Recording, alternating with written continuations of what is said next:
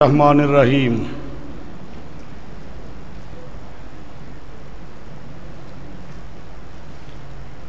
مسئلہ علم غیب پر فریق مخالف کے دلائل۔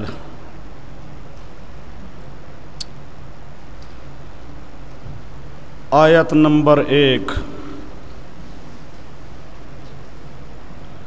وَأَنزَلَ اللَّهُ عَلَيْكَ الْكِتَابَ وَالْحِكْمَةَ وَعَلَّمَكَ مَا لَمْ تَكُنْ تَعْلَمُ وَكَانَ فَضْلُ اللَّهِ عَلَيْكَ عَظِيمًا۔ سورۃ نساء آیت نمبر 113، پارہ 5۔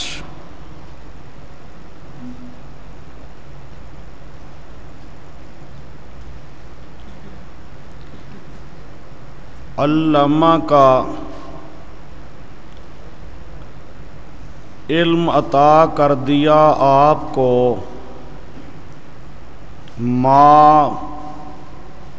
وہ جو آپ نہ جانتے تھے۔ لفظ ما کو یہاں پر عام بنایا جاتا ہے، عام بنا کے جو کچھ بھی آپ نہ جانتے تھے وہ سب کچھ اللہ نے آپ کو عطا کر دیا۔ گویا کہ سارا غیب سب کچھ اللہ پاک نے پیغمبر کریم صلی اللہ علیہ وسلم کو عطا کر دیا۔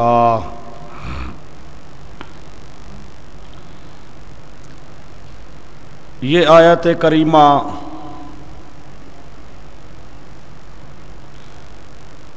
مستدل ہے پہلا۔ اب جواب سمجھو۔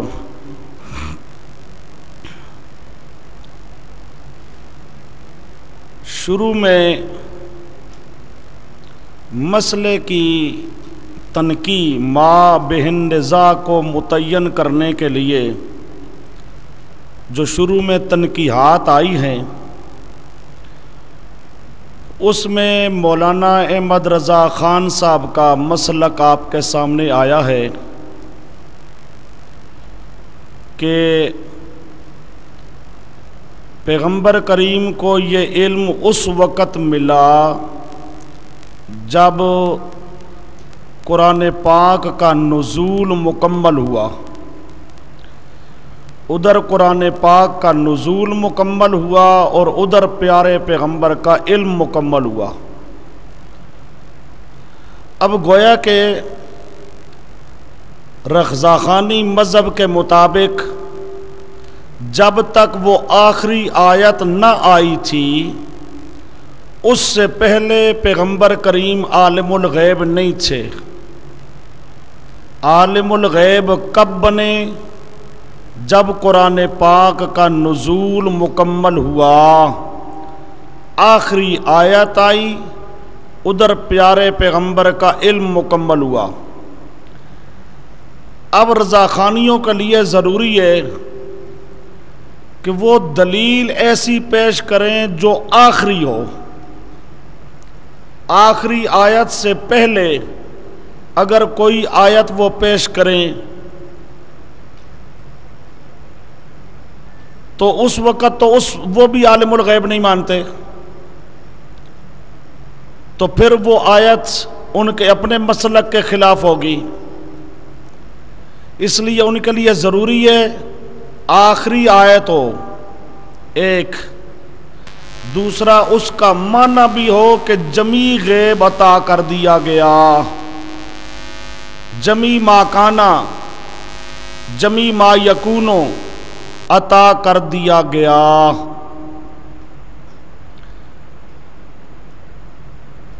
اب یہ جو آیت کریمہ ہے اس کا پہلا جواب کہ یہ آیت کریمہ قرآن کے نزول کے مکمل ہونے سے پہلے کی ہے۔ اب اگر اس آیت کا معنی یہ ہو کہ سب کچھ عطا کر دیا، ہم نے سب کچھ دے دیا، تو تمہارا اپنا بھی مسلک ہے کہ جب تک قرآن پاک مکمل نہیں ہوا تھا تو اس وقت تو اللہ پاک نے سب کچھ نہیں عطا کیا، عالم الغیب نہیں تھے۔ اگر اس آیت کا معنی یہی ہے کہ اللہ پاک نے آپ کو عالم الغیب بنا دیا ہے، سب کچھ اللہ پاک نے آپ کو عطا کر دیا ہے، تو یہ تو اپنا تمہارا مسلک، یہ آیت اس کے خلاف ہے۔ بات سمجھے؟ تو اب پہلا جواب یہ ہے کہ یہ قرآن پاک کے مکمل ہونے سے پہلے کی آیت ہے اور اس وقت تم بھی عالم الغیب نہیں مانتے۔ پہلا جواب۔ دوسرا جواب، یہ آیت ہے سورۃ النساء کی۔ سورۃ النساء پیغمبر کریم صلی اللہ علیہ وسلم پر سن 4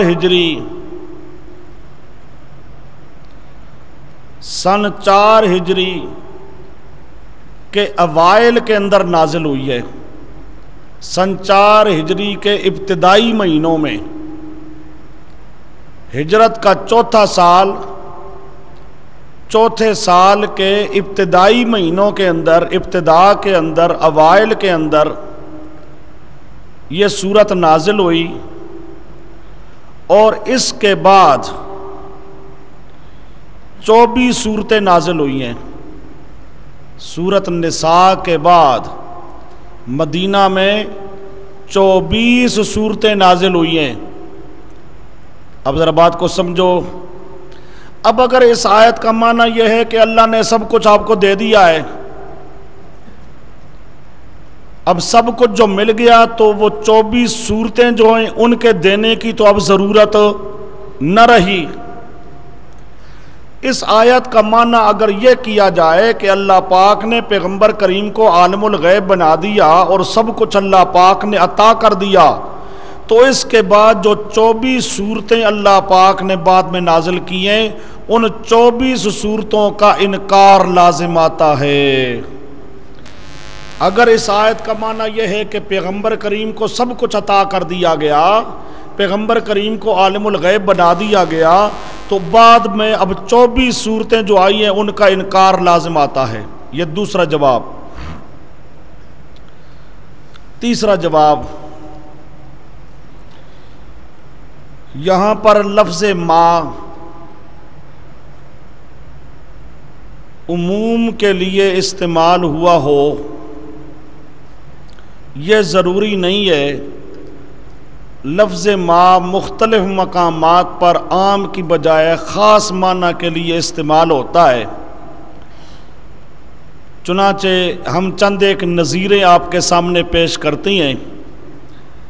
اب اگر لفظ ما کو ہر جگہ عام لیا جائے تو پھر ان مثالوں کے اندر بھی عام مراد لینا چاہیے، اور عام مراد لینے سے معنی فاسد ہو جاتا ہے۔ بھائی میری طرف توجہ کرو، اوئے کیا کر رہا ہے تو بیوقوف؟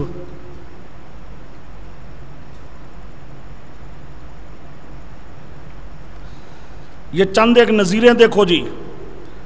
ایک تو ہے یعلمکم ما لم تکونوا تعلمون، یہ سورۃ بقرہ کی آیت نمبر 151 پارہ 2۔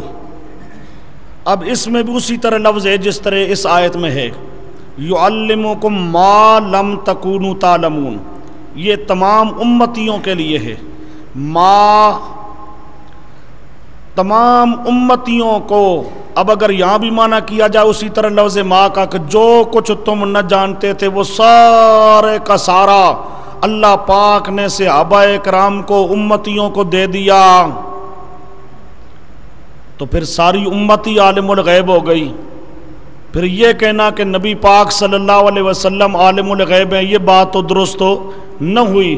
اگر لفظ ما کو ہر جگہ عام مراد لیا جائے تو اب یہ مثال ہے، اب اس مثال میں بھی عام بنا کے معنی کرو تو پوری امت عالم الغیب بنے گی۔ دوسری مثال، علمتم ما لم تعلموا انتم ولا آباؤکم۔ یہ سورۃ انعام آیت نمبر 91 پارہ 7۔ یہ یہودیوں کے بارے میں اللہ پاک نے آیت نازل کی ہے کہ یہودیوں تم اور تمہارے آباء و اجداد جو نہ جانتے تھے اللہ نے ان کو وہ سکھا دیا، اب تم سکھائے گئے وہ کچھ اب یہ رضاخانیوں کا معنی کرو تو جو کچھ تم نہ جانتے تھے وہ سارے کا سارا اللہ پاک نے تم کو عطا کر دیا۔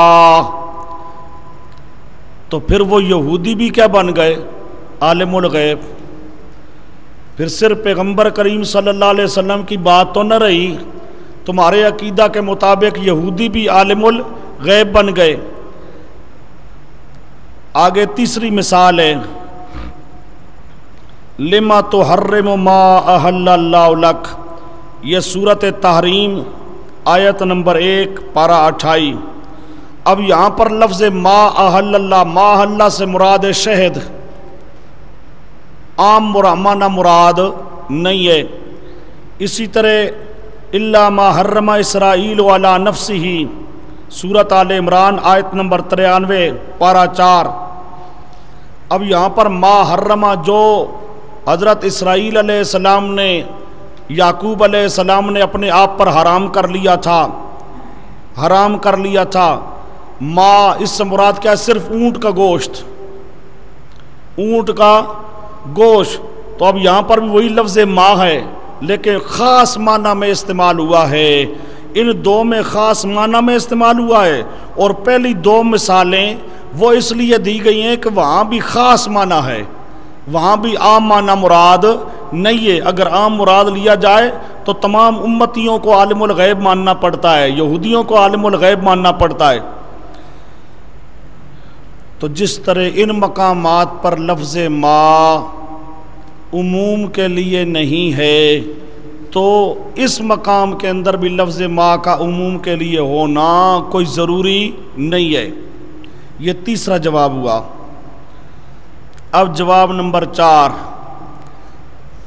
علمک ما لم تکن تعلم، یہاں لفظ ما سے مراد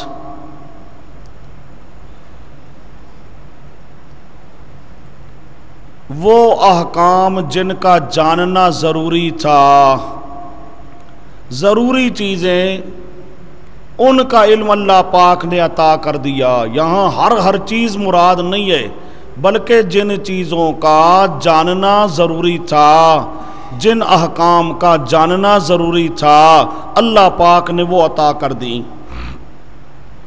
چنانچہ یہاں پر مختلف یہ تفسیر والے جتنے ہیں اہل سنت والجماعت مفسرین وہ سب معنی اسی طرح کرتے ہیں۔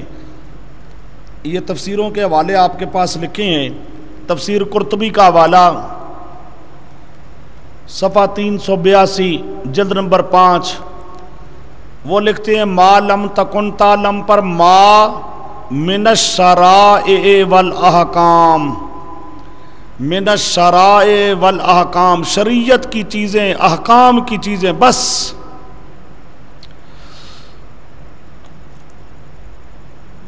آگے ہے آپ کے پاس یہ مختلف جو صفحے ہیں،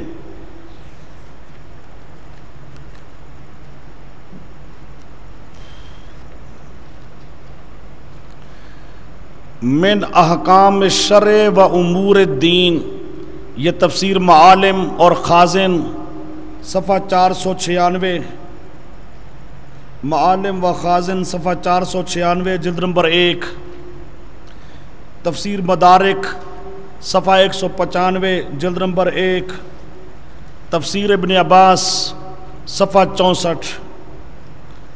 اب یہ اہل سنت والجماعت مفسرین اس آیت کریمہ پر لکھتی ہیں شریعت کے احکام جو جاننا ضروری تھے اللہ پاک نے وہ عطا کر دیے۔ آگے آیا یہ جی جواب نمبر 5،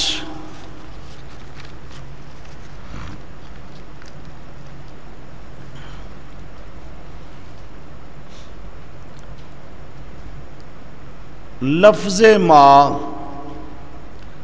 جس طرح عموم کے لیے استعمال ہوتا ہے خصوص کے لیے بھی استعمال ہوتا ہے، تو یہ کسی ایک معنی کے اندر اس کا استعمال ہونا صریح نہیں ہے۔ جو تمہارا عقیدہ ہے جمی ما کانت جمی ما یکون،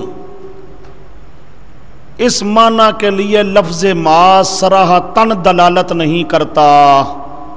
یہ لفظ ما گویا کہ اجمال کے درجے میں ہے، ابہام کے درجے میں ہے، یہاں کوئی وضاحت نہیں ہے۔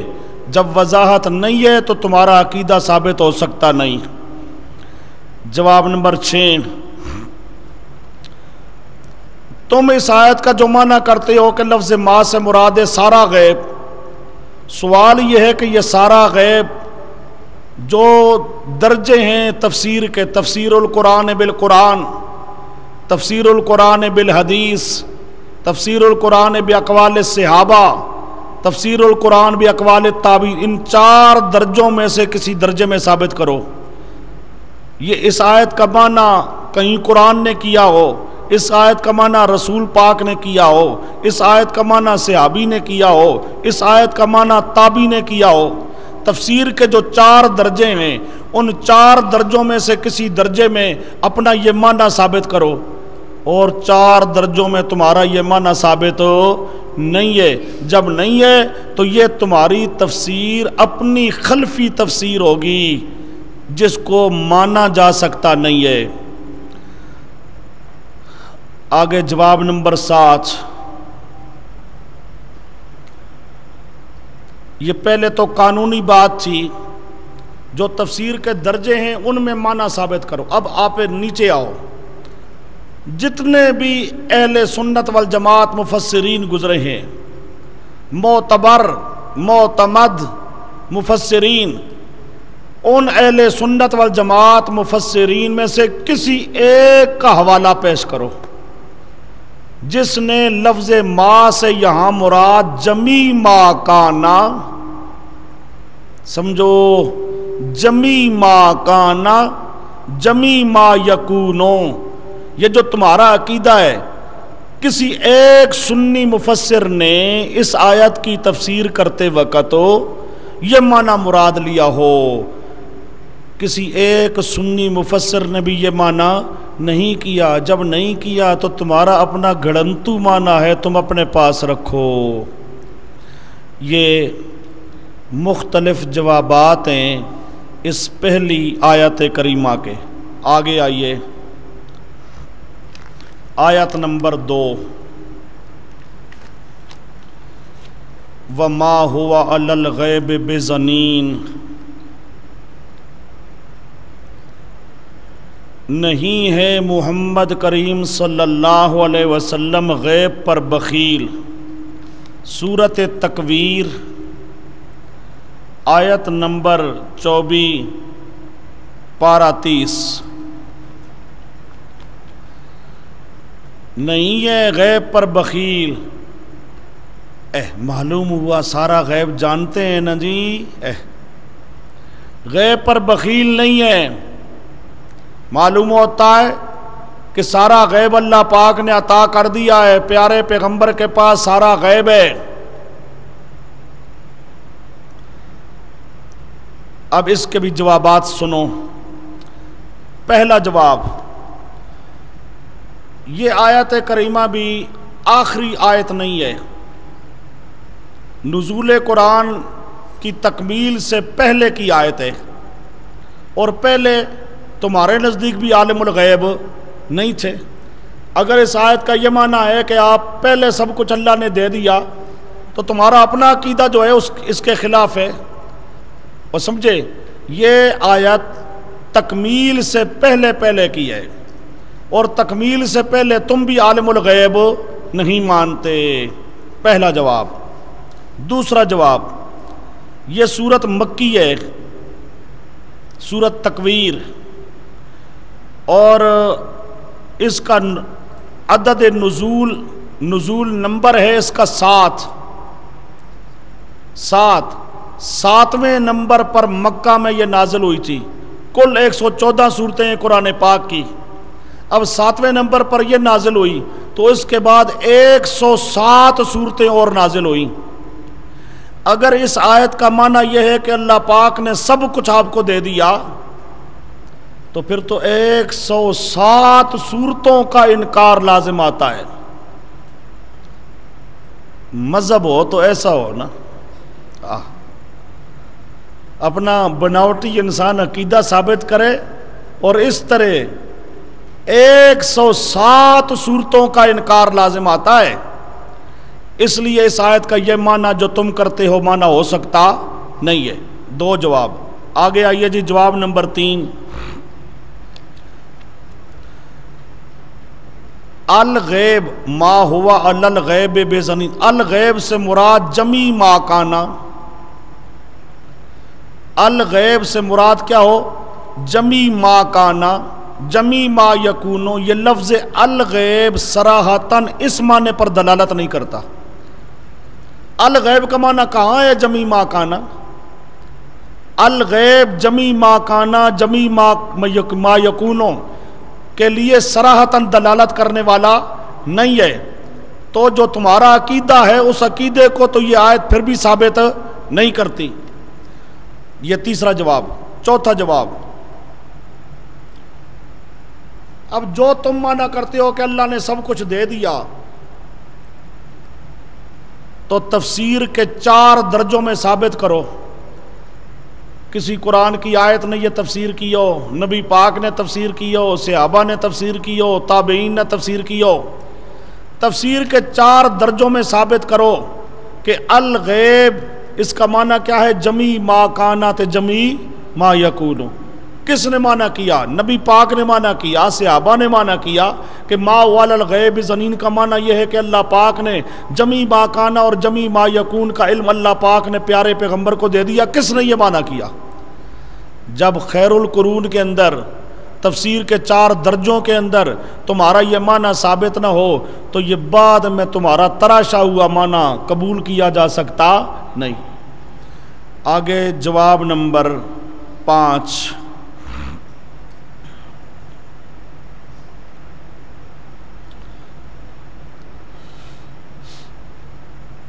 اچھا جی، رسول پاک نے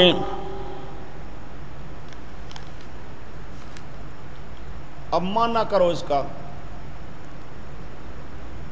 پیغمبر کریم غیب پر بخیل نہیں ہیں۔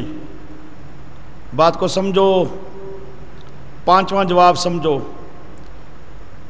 غیب کے بتانے کے معاملے میں پیغمبر کریم بخیل نہیں ہے،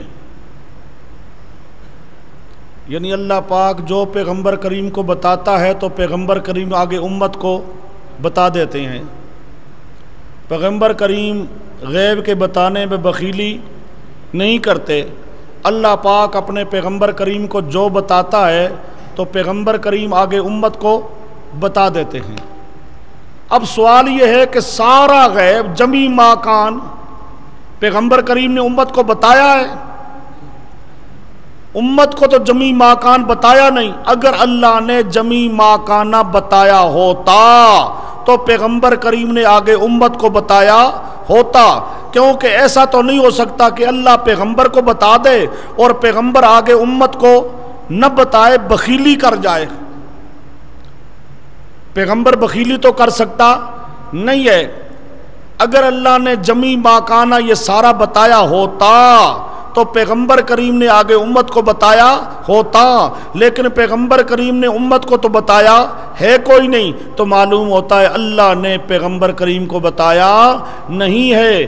اگر بتایا ہوتا تو آیت کہتی ہے کہ پیغمبر کریم بخیل نہیں ہے، پھر پیغمبر کریم نے امت کو بتا دیا ہوتا۔ امت کو نہ بتانا دلیل ہے کہ اللہ نے سارا عطا کیا نہیں ہے۔ یہ جواب نمبر 5 ہے۔ آگے جواب نمبر 6، الغیب۔ الغیب سے مراد ہے قرآن۔ غیب پر مخصوص طور پہ صرف قرآن مراد ہے۔ یہ قرآن کے سنانے میں پیغمبر بخیل نہیں ہے۔ اوے سمجھو قرآن کے بتانے میں سنانے میں پیغمبر بخیل نہیں ہے. پیغمبر کریم وہ اللہ کا قرآن سناتے رہے. پیغمبر کریم نے اللہ کا قرآن سنایا. قرآن کے سنانے میں پیغمبر کریم نے کوئی بخیلی نہیں کی. اب یہ معنی کس نے کیا؟ یہ آپ کے پاس حوالے لکھے ہیں اس کے لیے.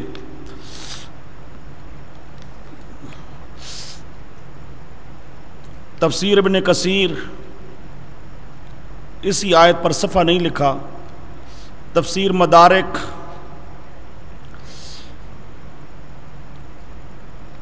صفحہ 331 جلد نمبر 5.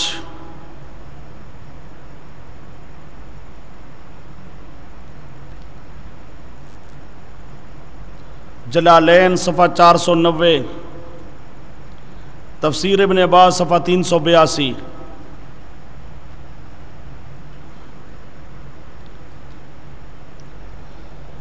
چلو جی اب یہ مختلف جوابات آپ کے سامنے آ گئے.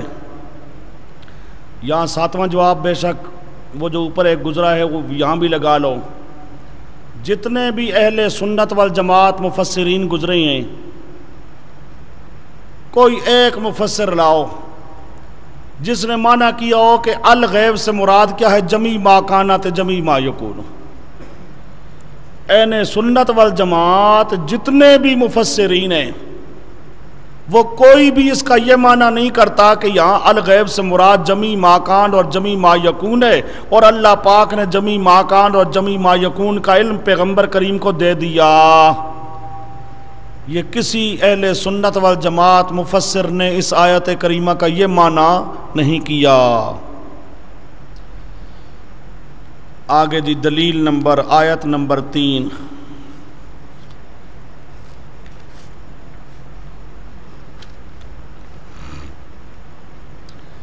عالم الغیب فلا یظہر علی غیبہ احدا الا من ارتضی من رسول فإنہ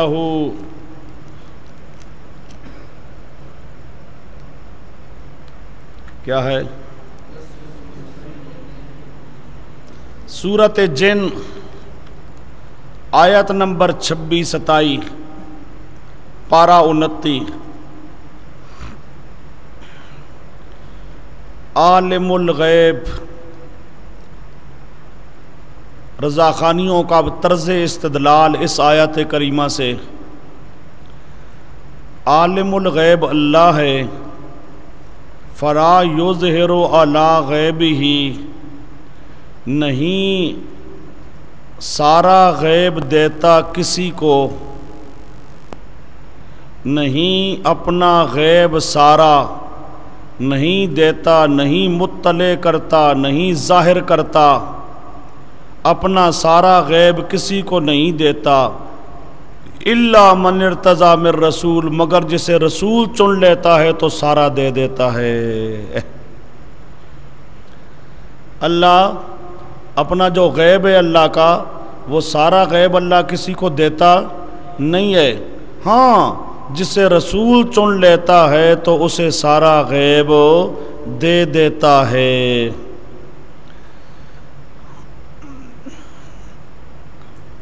جواب: یہ آیت بھی آخری آیت نہیں ہے. یہ سورۃ جن کی آیت یہ بھی آخری آیت نہیں ہے، لہذا یہ تمہاری دلیل نہیں بن سکتی. دوسرا جواب، یہ سورت بھی مکی ہے. سورۃ جن مکہ مکرمہ میں پیارے پیغمبر صلی اللہ علیہ وسلم پر یہ سورت نازل ہوئی تھی، اور مکہ میں اس کے بعد کئی صورتیں نازل ہوئی ہیں، اور مدینہ والی تو ساری صورتیں اس کے بعد ہیں. اب اگر اس آیت کا معنی یہ ہے کہ اللہ پاک نے آپ کو سارا غیب دے دیا ہے، تو پھر مکہ میں جتنی صورتیں بعد میں آئیں اور مدینہ میں جتنی صورتیں بعد میں آئیں تمام صورتوں کا انکار لازم آتا ہے. اگر اس آیت کا معنی یہ ہے کہ اللہ پاک نے سب کچھ آپ کو عطا کر دیا ہے، تو پھر ان